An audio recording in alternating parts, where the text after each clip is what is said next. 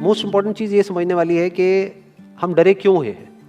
क्योंकि मीडिया ने हमको डरा दिया इस वजह से हम डरे हुए हैं, या सब डरे हुए हैं इसलिए हम डरे हुए हैं, या कोई रीज़न है हमारे डरने के पीछे।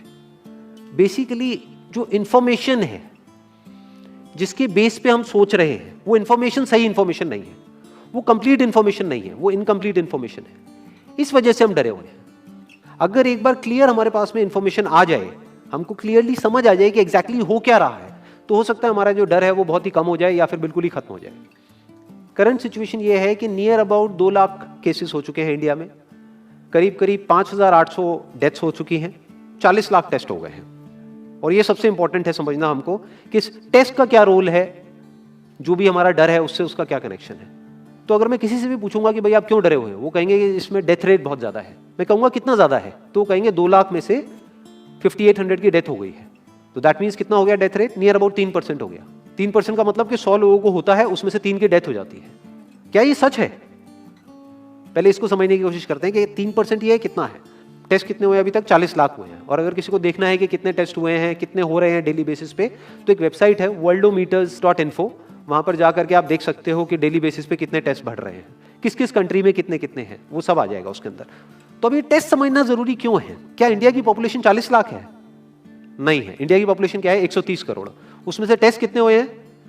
40 lakh, which is not even 1%। 1% भी देखे तो 1 करोड़ 30 लाख होता है।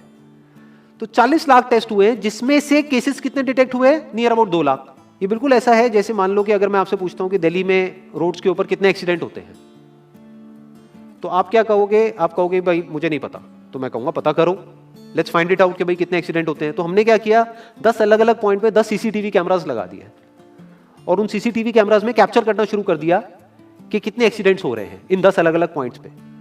तो उसके बाद में मैंने 1 महीने बाद आपसे पूछा कि हाँ भाई दिल्ली में कितने एक्सीडेंट्स होते हैं, तो आप कह रहे हो दिल्ली के 10 एक्सीडेंट होते हैं। तो मैं कहूंगा आपको कैसे पता? आप कहोगे भाई हमने कैमरास लगाया, उसमें कैप्चर हुआ, हमारे पास में प्रूफ है। तो मैंने कहा लेकिन क्या 10 ही जगह हैं जहां पे वो कैमरास लग सकते हैं? दिल्ली में ऐसी कितनी जगहें हैं जहां पे कि कैमरास लग सकते हैं, लगने चाहिए अगर एक्चुअल में हमको डिटेक्ट करना है। तो सिर्फ ये नहीं ना कि उस 10 के बेस पे हम बोले कि भाई 10 एक्सीडेंट हो रहे हैं, क्योंकि दिल्ली में एक्चुअल में तो हजारों एक्सीडेंट्स हो रहे हैं दिल्ली के। तो ये सारी हमारी कैलकुलेशंस ही गलत हो गई। इसलिए इसमें टेस्टिंग का बहुत बड़ा रोल है। मीडिया में जहां पर भी आ रहा है वहां पर डेली ये आ रहा है कि अच्छा कुछ दिन पहले तक 5,000 केसेस आ रहे थे, अब 6,000 केसेस बढ़ गए हैं, अब 7,000 केसेस हो गए हैं, 8,000 केसेस हो गए हैं। बट कोई ये नहीं देख रहा कि उसके साथ साथ में टेस्ट भी बढ़ रहे हैं। तो अब एक्चुअल में डेथ रेट कितना है उसको कैलकुलेट करना बहुत जरूरी है। उसी के बेस पे डिसीजन निकलेगा कि इससे हमको डरना चाहिए या नहीं डरना चाहिए। किसी भी बीमारी से हमको डरना चाहिए नहीं डरना चाहिए, that is not on the basis of कि उसका इलाज है या नहीं है। क्योंकि इलाज तो अभी तक सर्दी जुकाम का भी नहीं है, सर्दी जुकाम की भी कोई वैक्सीन नहीं है। क्या हम उससे डरते हैं? नहीं डरते हैं। क्यों? क्योंकि ज्यादा लोग नहीं मरते हैं। तो सबसे पहले डेथ रेट कैलकुलेट करते हैं कि एग्जैक्टली कितना है। कितने टेस्ट हुए? 40 लाख टेस्ट हुए, उसमें से 2 लाख लोगों को हुआ, तो नियर अबाउट एवरेज कितनी आई? 5% की। अगर यही हमने 4 करोड़ टेस्ट करे होते तो कितने डिटेक्ट हो गए होते? अब तक 20 लाख हो जाते। 40 करोड़ करे होते तो कितने हो जाते? 2 करोड़ हो जाते। टोटल अगर कर लिए होते हमने टेस्ट 130 करोड़ का, तो कितना नंबर निकल करके आ जाता? Near about 5 crore. इसका मतलब 5 करोड़ लोगों को या तो आज की डेट में है या हो चुका है। और एक और मजे की बात यह है कि कोरोना में ऐसा नहीं है कि जिसको भी होता है उन सबके सिम्टम्स आते हैं। 80% से ज्यादा जो केसेस होते हैं वो असिम्टोमेटिक होते हैं, उनमें कोई सिम्टम्स नहीं आते हैं। यानी अगर मुझे हो गया है और मैं ठीक भी हो गया हूं तो मुझे पता तक नहीं है। वो तब मुझे पता लगेगा अगर मैं अपने टेस्ट कराऊंगा जिसको एंटीबॉडी टेस्ट बोलते हैं, और मेरी बॉडी में एंटीबॉडीज मिलेंगी, तब मैं कह सकता हूं कि हाँ मेरे को था और वो ठीक हो गया है। तो अभी अगर हम बेसिक सी कैलकुलेशन करें तो 5 करोड़ निकल करके आ रहा है नंबर। उसमें से डेथ कितनी हुई है? 5,800। तो 5 करोड़ में से 5,800 डेथ हुई है। पहले तो इसको कैलकुलेशन को हमको ठीक करना है। डेथ को अंडर रिपोर्ट करने का कोई तरीका नहीं है, बल्कि ओवर रिपोर्ट किया जा सकता है। ओवर रिपोर्ट कैसे? फॉर एग्जांपल आपकी बॉडी में टेस्ट हुआ, आपकी बॉडी में मिला कोरोना वायरस, लेकिन आपके अंदर पहले ही बहुत सारी प्रॉब्लम्स चली रही थी, तब भी आपकी किसी ना किसी वजह से डेथ होने ही वाली थी। बट क्योंकि ये कोरोना आया आपकी बॉडी में, इस वजह से आपकी डेथ हो गई, तो ये ट्रिगर कर गया। तो ये जो 5800 का नंबर है, ये इससे कम तो हो सकता है, इससे ज्यादा होने के चांसेस बहुत कम है। बट एक बार को हम मान लेते हैं कि इतना ही है नंबर, ना कम है ना ज्यादा है, तो कितनी परसेंटेज निकल करके आई? 5 करोड़ में से अगर 5800 डेथ्स हुई हैं तो क्या परसेंटेज निकल करके आई? Near about 0.01%। ये उससे बहुत कम है जितनी डेथ्स हमारे यहां पे होती हैं रोड एक्सीडेंट की वजह से। हर साल की अगर हम एक कैलकुलेशन देखें तो 1.5 लाख से ज्यादा डेथ हो जाती है इंडिया में रोड एक्सीडेंट्स की वजह से। हर 4 मिनट में एक डेथ होती है रोड एक्सीडेंट की वजह से। और अगर अभी आप देखोगे सड़कों पे एक बहुत ही फनी चीज नजर आ रही है, टू व्हीलर पे जा रहे हैं, मास्क सबने लगाए हुए हैं, कभी भी नोट करना इस चीज को, हेलमेट नहीं पहने हुए, हेलमेट बहुत कम लोगों ने पहने हुए हैं। इससे हमको क्या समझ आ रहा है? क्या ये समझदारी है, बेवकूफी है? क्योंकि हेलमेट ना लगाने की वजह से उनके मरने के चांसेस उससे बहुत ज्यादा है, कई गुना ज्यादा है जितना कि कोरोना से मरने के उनके चांसेस है। तो ये डर है जो चारों तरफ फैल रहा है और मीडिया डर को और बढ़ाता चला जा रहा है। और क्योंकि सही इंफॉर्मेशन किसी के भी पास में नहीं है या सही कैलकुलेशन किसी के पास में नहीं है, ये जो अभी हम कर रहे हैं इसको मैथमेटिकल मॉडलिंग बोलते हैं। यानी एक डेटा को देख करके एक मॉडलिंग करी जाए और फिर समझा जाए कि एक्चुअल में जो सही डेटा है वो क्या है।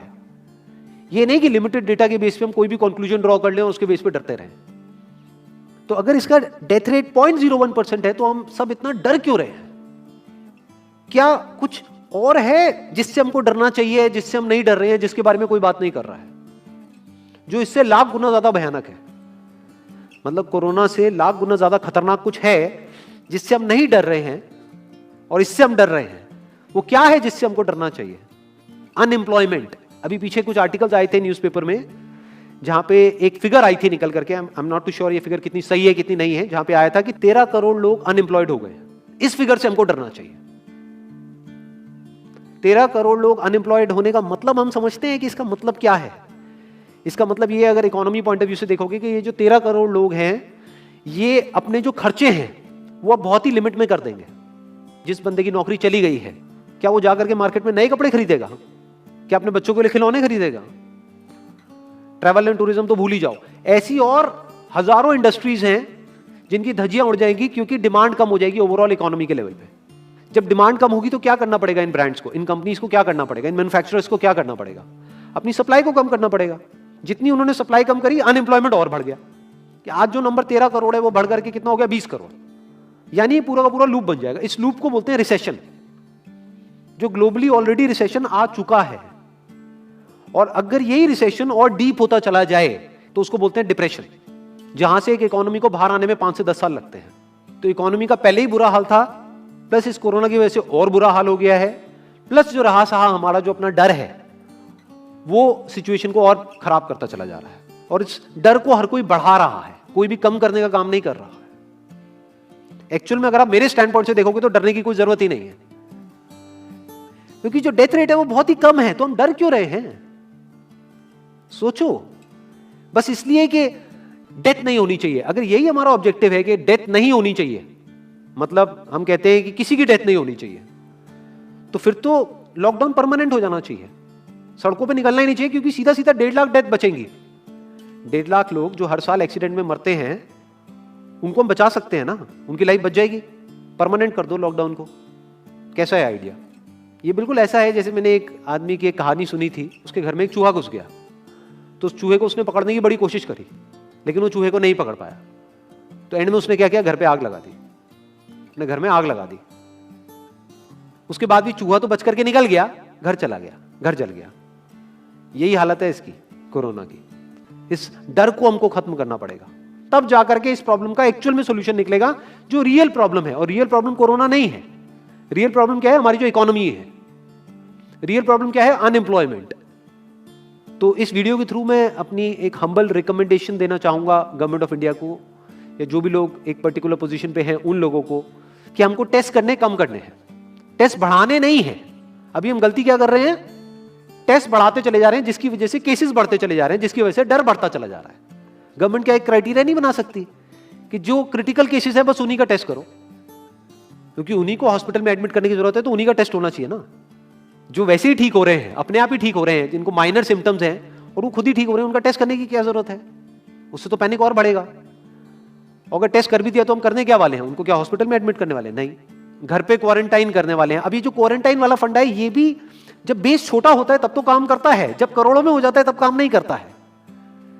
मैं अगर एग्जांपल से समझाने की कोशिश करूं, जो मेरी थॉट प्रोसेस है उसको इमेजिन करो। एक ऐसी सिचुएशन है कि हम एक घर में है और चारों तरफ से बाढ़ आई हुई है, और ये जो घर है हमारा वो ऐसा है, इसको इमेजिन करो, जहां पे हजारों दरवाजे हैं। तो हम क्या करें? इसमें से एक दरवाजे को पकड़ लें और उसी को पक्का करते चले जाएं। ये है क्वारंटीन, और बाकी के हजारों खुले पड़े हैं। एक को हम पक्का करते चले जा रहे हैं क्योंकि यहां से पानी अंदर नहीं आना चाहिए। इंडिया की पॉपुलेशन क्या है? 130 करोड़। टेस्ट कितने हुए हैं अभी तक? 40 लाख। दिल्ली के कितने हो रहे हैं? 1 लाख। महीने के कितने हुए? 30 लाख। साल के कितने हुए? 3 करोड़ 60 लाख। तो यानी कि अगर हमको सबका टेस्ट करना है तो कितने साल लगेंगे? 36 साल। तो जब हमको दिख रहा है साफ साफ कि हम सबका टेस्ट कर ही नहीं सकते, तो हम टेस्ट क्यों बढ़ाते चले जा रहे हैं? या तो सबका टेस्ट करो और सब में से सबको देख करके सबको क्वारंटाइन कर दो। ये बिल्कुल ऐसा हुआ कि वो जो घर है जिसकी मैंने अभी बात करी, या तो उसको हर तरफ से सिक्योर करो कि अगर उसके 1000 दरवाजे हैं तो एक को बंद मत करो, सारे बंद कर दो। तब आप कह सकते हो कि यहां पानी अंदर नहीं आएगा, कि हमने 130 करोड़ लोगों का टेस्ट कर लिया है, उसमें से केसेस निकल गए हैं 6 करोड़ और 6 करोड़ को हमने क्वारंटीन कर दिया है। अब ये आगे नहीं फैलेगा, अब 6 करोड़ से 10 करोड़ पे नहीं जाएगा। बट हमने टेस्ट ही करे 40 लाख, जिसमें से केसेस आए 2 लाख। अगर इन 2 लाख को हमने क्वारंटीन कर भी दिया तो बाकी करोड़ों लोग तो बाहर घूम रहे हैं ना, तो उससे होगा क्या? तो अब हमको समझ जाना चाहिए कि इसको रोकने का कोई तरीका नहीं है। तो अब इसका प्रैक्टिकल सॉल्यूशन क्या है? गवर्नमेंट की तरफ से हमको सिर्फ ये इंफॉर्मेशन चाहिए कि भैया अभी कितने बेड्स ऑक्यूपाइड हैं आपके स्टेट में, और अभी कितने और आपने अरेंजमेंट कर रखा है और कितने और कर सकते हो। अब वो बेड चाहे किसी हॉस्पिटल में हो चाहे किसी होटल में हो। और प्लस ये इंफॉर्मेशन क्यों नहीं जा रही लोगों के पास में कि इतना डरने की जरूरत नहीं है जितना आप डर रहे हो। हाँ ठीक है, प्रिकॉशंस लो, सेफ्टी मेजर्स लो, सोशल डिस्टेंसिंग को मेंटेन करो, लेकिन इतना डरने की जरूरत नहीं है जितना आप लोग डर गए हो, क्योंकि डेथ रेट कम है। ये इंफॉर्मेशन जानी चाहिए अब लोगों के पास में, वक्त आ चुका है। अगर ये नहीं गई तो प्रॉब्लम सॉल्व नहीं होने वाली इकोनॉमी के लेवल पे। कॉन्फिडेंस खत्म हो चुका है, रियलिटी को हमको पहले समझना होगा। अभी प्रॉब्लम क्या हो रही है? हम कह रहे हैं कि हाँ कंस्ट्रक्शन एक्टिविटीज अलाउड है। गवर्नमेंट को क्या लग रहा है अलाउड बोल करके सारी प्रॉब्लम सॉल्व हो जाएगी। अलाउड तो हो गई, बट मेरे जो फ्रेंड्स हैं जो कंस्ट्रक्शन इंडस्ट्री में हैं वो बता रहे हैं कि लेबर ही नहीं है, लेबर सारी अपने गांव चली गई है। तो अब कौन कंस्ट्रक्शन करेगा वहां पे? अब ये लेबर चली तो गई है, इसको वापस कैसे बुलाओगे? मीडिया में अगर रोज ये दिखेगा कि केसेस बढ़ रहे हैं, केसेस बढ़ रहे हैं, केसेस बढ़ रहे हैं, वापस आएंगे वो लोग? 1 से लाख नहीं आएंगे। तो उनको मीडिया में क्या दिखना चाहिए, न्यूज में क्या दिखना चाहिए कि अब ये प्रॉब्लम सॉल्व हो रही है। तो लोगों के अंदर का डर निकलना चाहिए। यानी जो भी मैंने अभी तक कहा, अगर मैं उसको सम अप करूं तो वो क्या है प्रैक्टिकली, अगर पॉइंटर्स में सॉल्यूशन देखा जाए। नंबर 1 मोस्ट इंपॉर्टेंट, टेस्ट धीरे धीरे हमको कम करने हैं, बढ़ाने नहीं है। दिन के 1 लाख टेस्ट हो रहे हैं, मैं ये नहीं कह रहा कि एकदम से 10,000 कर दो, 1 लाख के 90,000 कर दो, एटलीस्ट बढ़ाओ मत। समझ गए? 1 लाख के 1.5 लाख टेस्ट मत करो दिन के, 2 लाख मत करो, क्योंकि तब भी 36 साल लगेंगे पूरा करने में। अगर आपने स्पीड डबल भी कर दी तब भी 18 साल लगेंगे। 18 साल तक तो पता नहीं ये बीमारी कहां होगी, किसी को याद तक नहीं होगा। तो करना क्या है गवर्नमेंट को? अगर थोड़ा सा सेंसिबली चले कि टेस्ट को धीरे धीरे कम करते चले जाओ, यानी 1 लाख से 90,000 कर दो, फिर कुछ दिन बाद 80,000 कर दो, फिर 70,000 कर दो। इसकी वजह से क्या होगा? मीडिया में केसेस कम होते हुए दिखेंगे, अखबारों में केसेस कम होते हुए दिखेंगे। हर जगह पे जहां पे अभी आ रहा है कि अभी तक की सबसे बड़ी फिगर, आज तक के सबसे ज्यादा केसेस, वो सब धीरे धीरे कम हो जाएंगे। कम मीडिया में पैनिक फैलेगा, कम पैनिक फैलेगा लोगों में, धीरे धीरे लोग बाहर निकलना शुरू होंगे, जो अभी नीड ऑफ द आवर है। धीरे धीरे लोग बाहर निकलेंगे, धीरे धीरे डिमांड बढ़ेगी, धीरे धीरे लोगों में कॉन्फिडेंस आएगा, धीरे धीरे लोग जो गांव चले गए हैं वो वापस आएंगे। एक्चुअल में काम शुरू होगा, ऑन पेपर नहीं कि काम शुरू हो गया है, एक्चुअल में लोगों का काम शुरू होगा। लोगों का काम शुरू होगा, इकोनॉमी शुरू होगी। बिल्कुल ऐसा है जैसे 2 महीने के लिए आप किसी गाड़ी को बंद करके कहीं पे रख दोगे राज में, तो क्या होगा? बैटरी डाउन हो जाएगी। उस वक्त क्या करना पड़ेगा? उसको धक्का मारना पड़ेगा। तो अभी उस धक्के की जरूरत है, जंप स्टार्ट की जरूरत है। अब जो टाइम है वो डरने का नहीं है, इस डर को खत्म करने का है। क्योंकि कोरोना ने जितने लोगों को नहीं मारा, ये डर मारने वाला है असलियत में। तो अब इस डर को खत्म करने का टाइम आ गया है। अब हम सबको मिलकर के दिमाग ये लगाना है, ये नहीं कि डर को कैसे बढ़ाएं, बल्कि दिमाग ये लगाना है कि डर को कैसे कम करें या खत्म करें, और लोगों के कॉन्फिडेंस को कैसे वापस से लेकर के आए।